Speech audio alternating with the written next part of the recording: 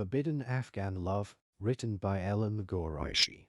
Together with my wife and her sister, I finally crossed the Afghan border and reached the city of Mashhad, successfully navigating the escape route. As we continue our journey, we are aware that the road ahead remains challenging and lengthy. In Mashhad, we opted for budget accommodations, renting 2 rooms in a cheap hotel. One room was for my wife, Pari, while the other was for me and her sister, Zari. I understand this may come as a surprise to you. Allow me to share this romantic yet heart-wrenching story with you in a concise manner, dispelling any misconceptions about my health. Let me take you back to my childhood, when I was just 10 years old, and my cousin, who was 7 years my senior, and I entered Iran to work together. I had already lost all my relatives in the war, and life for a Hazara child in Afghanistan was extremely challenging. Even though I was just a child, I vividly recall the arduous journey to Tehran. My cousin, Saki, was my companion in this endeavor. He informed me that one of our relatives was employed at a prominent riding club near Tehran, and our plan was to follow in their footsteps. For the next 15 years, I dedicated myself to this pursuit. Initially, I was small and received no salary. My sole role was assisting Saki, and our compensation consisted of a place to sleep and dinner each night. However, over time, I gradually mastered the trade, eventually becoming an independent and self-reliant worker. I worked at an equestrian club with a capacity for 300 horses, each of them highly valuable and specially bred for jumping competitions. The hierarchy among horse workers was determined by factors such as the number of horses assigned by the trainers, as well as the value and quality of those horses. Each trainer typically oversaw multiple workers, with each worker responsible for a specific subset of the trainer's horses. This coveted position was influenced by the trainers' prestige and their track record of winning awards in competitions. On weekends, the club was a bustling hub of activity and competition, with workers hailing from diverse backgrounds: Iranian, Pashtun, and Hazara. Occasionally, tensions would arise, leading to clashes between these different racial and ethnic groups. However, a significant shift occurred when the club's director issued a strict warning that individuals involved in fights would face termination. This policy helped reduce tribal and ethnic conflicts, fostering a more harmonious environment within the club. The majority of workers at the club were Afghans because Iranian workers tended to seek higher wages and put in less effort. Among us Afghan immigrants, the Hazaras, in particular, found themselves more content compared to the Pashtuns. Regardless, it was not a bad time. Despite the demanding nature of the work, it offered a sense of enjoyment and diversity. Over the course of 15 years, I had the privilege of collaborating with several coaches. My final coach, Mr. Sorab, placed great trust in me. His wife, Mrs. Mona, was an exceptional woman in her own right. The couple didn't have children, and Mrs. Mona was not only a rider but also a horse trainer and a judge in competitions. Their deep affection for me sometimes stirred jealousy among my colleagues, but I made every effort to reciprocate their kindness. Mrs. Mona would occasionally prepare meals for me, and at times, she would bring back souvenirs from her travels. She took care of my shoes and clothing, and Mr. Sorab ensured that the horse owners provided me with a monthly bonus. Recently, Miss Mona has even entrusted me with the responsibility of warming up her race horses, a significant promotion from a mere worker to a coach rider. As we continued to watch over the horse throughout the night, the stables seemed to hold its breath in solidarity. The soft, steady sounds of the horse's hooves echoing against the stable floor as it was led in slow, deliberate circles became a calming rhythm amidst the anxiety that gripped us. Mr. Sorab, Mrs. Mona, the vet, and I remained by the horse's side, tending to its needs without rest. We knew that the fate of this remarkable creature rested in our hands, and we were determined not to let it down. Every passing moment felt like an eternity, each quiet movement of the horse scrutinized for any signs of improvement.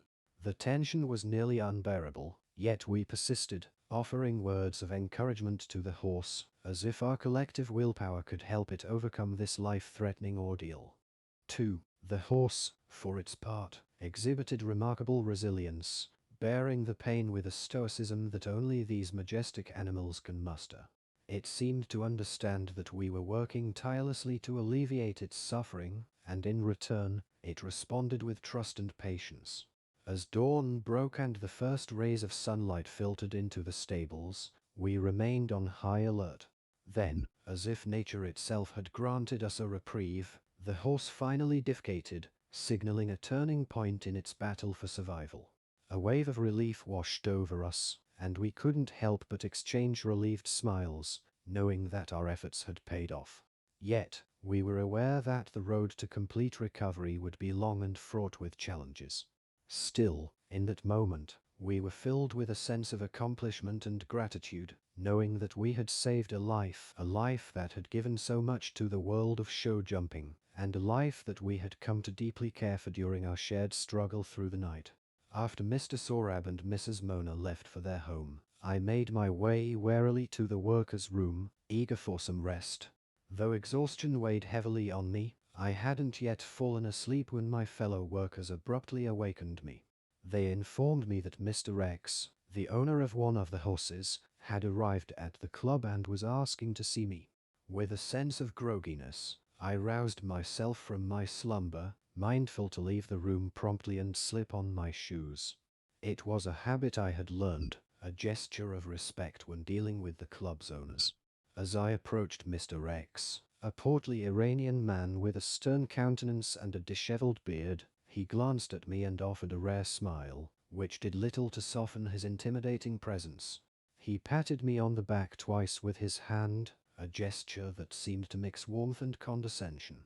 Then, he emitted a coarse, unattractive laugh and pressed a generous handful of kunats into my palm as a token of his appreciation. As he spoke, his tone turned ominously serious. He emphasized the significance of the horse's survival, reminding me of the horse's value.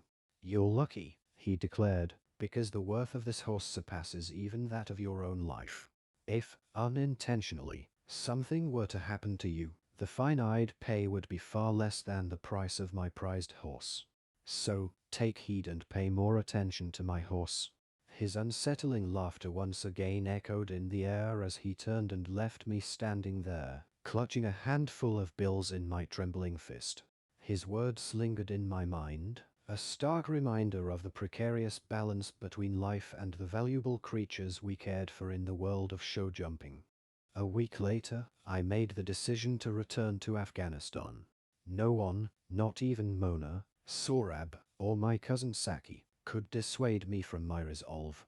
I was determined to go back to my homeland, start a family, and embrace a simple, stress-free life.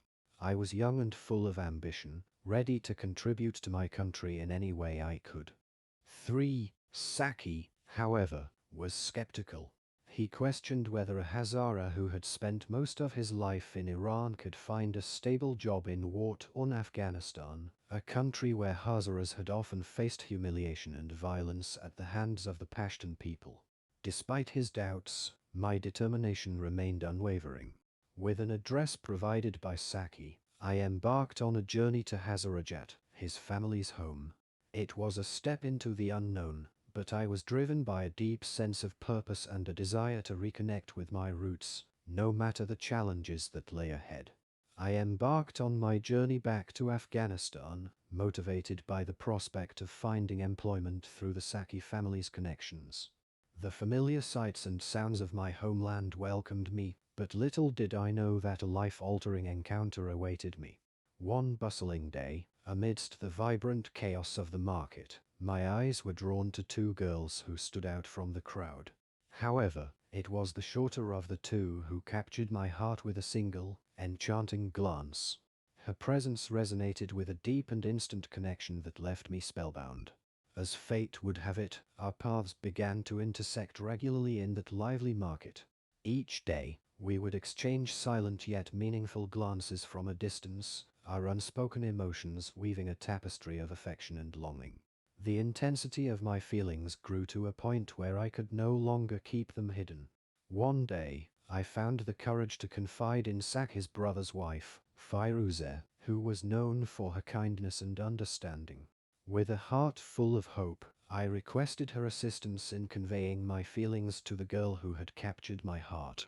Firuze, empathetic to my plight, offered her support wholeheartedly. Together, we ventured into the bustling market. Shyness overcame me as I pointed out the object of my affection with a trembling finger. With a knowing smile, Firuze gently inquired, "Which one?" My heart raced with anticipation, as I responded without hesitation, "The little one." Firuze's eyes sparkled with understanding and empathy as she grasped the depth of my feelings. In that pivotal moment, our connection deepened, and I felt a profound sense of gratitude for her support. She then revealed the heartwarming connection between our families, saying, "They are our sisters and neighbors. I ardently desire that my husband initiates a conversation with his father about this matter today." With the prospect of love and destiny in the air, I couldn't help but feel that my life was on the brink of a beautiful transformation. 4. As promised, Firuz arranged for a conversation between our families, and our relationship was deemed suitable. Our shared youth, my savings from my time in Iran, and our common Hazara heritage all played a role in this decision. In accordance with Afghan tradition, the bride and groom were not to see each other before the wedding. The long-awaited day finally arrived, and my heart was filled with joy and impatience. I had acquired a considerable amount of gold and fine fabrics for the occasion. Firuz, along with the girl's family, enthusiastically organized the ceremony as if it were their sole source of entertainment. We were all enveloped in happiness and anticipation until the wedding day dawned. On the wedding night, after the mullah had conducted the marriage ceremony and the bride had nervously given her consent, I finally got a closer look at her. To my shock and dismay, it became clear that she was the taller of the two sisters. The one I had wanted, the girl I had exchanged glances with in the market and fallen in love with, was actually the older sister, the one I had affectionately referred to as the little one due to her shorter stature. This unexpected twist added a layer of complexity and confusion to the situation. When I approached Firuze, my confidant, in the midst of the celebratory chaos and explained the mix-up, she was understandably puzzled. She reminded me that I had explicitly expressed my desire for the younger, shorter sister. I acknowledged this, but the reality was that the girl standing before me was the taller sister. Firuz, in her attempt to clarify the situation, revealed the source of the misunderstanding. She had gone to propose to the sister's family on my behalf, believing that I wanted the younger sister. The mix-up stemmed from the fact that in their family, the taller sister was actually the younger one, and the shorter sister was the older one. The comedy of errors and confusion that had unfolded on this momentous night left me in a state of disbelief. I implored Firuze to rectify the situation immediately, but her response was a stark reminder of the dire consequences that loomed over us all. The absurdity of it all, the bizarre twists that life threw my way, left me dumbfounded. I pleaded with Firuze to rectify this mistake immediately, but her response was chilling. She explained that insisting on a correction would not only dishonor the girl but put both her and me in grave danger. The girl's family might see her as having a problem if I rejected her, and they wouldn't stand for it.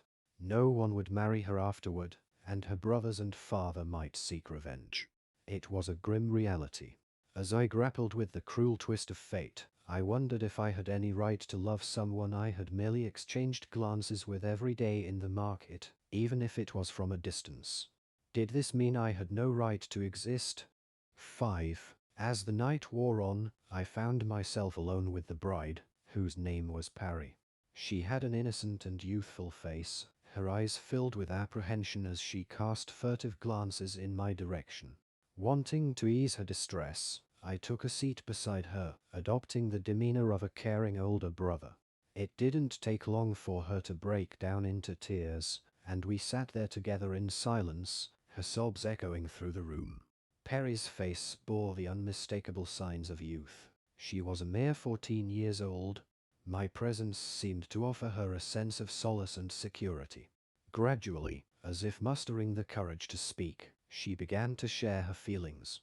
Perry revealed that when she and her sister, Zari, had seen me in the market, they believed that I loved Zari, her older sister. Zari had developed feelings for me as well. To their astonishment, they discovered that I had come to propose for Perry instead. The revelation had caused Zari to shed countless tears, yet they were unable to confide in anyone about their true sentiments. Perry confessed that she had never truly desired marriage. Her heart yearned for education, and she aspired to become a teacher. When I shared my intentions with Pari, her astonishment was evident in the way her little mouth gaped. The situation was undeniably complex, and we both struggled to fathom the path forward.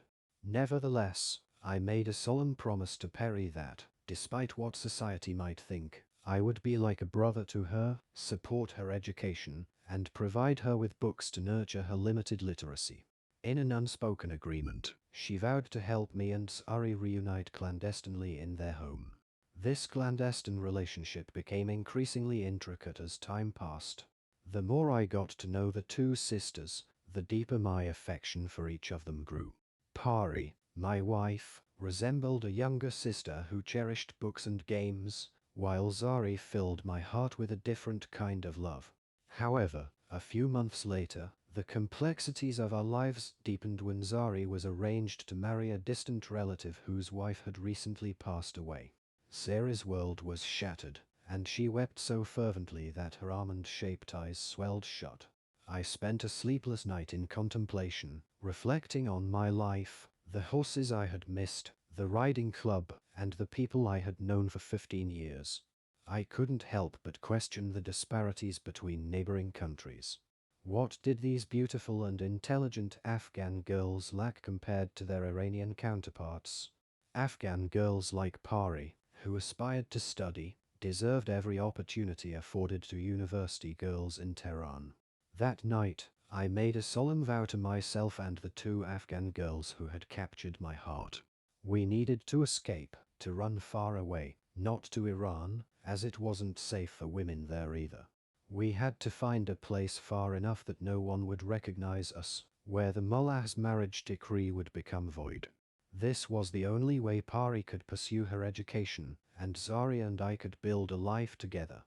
6. Our path forward was filled with challenges, but as we stood at the beginning of our journey in Mashhad, I penned these words for you. If I have a lifetime left, I will write to tell you that we have found safety and happiness. The end. Elham Ghoreishi. If you enjoyed the video, please remember to like, subscribe, and drop us a message.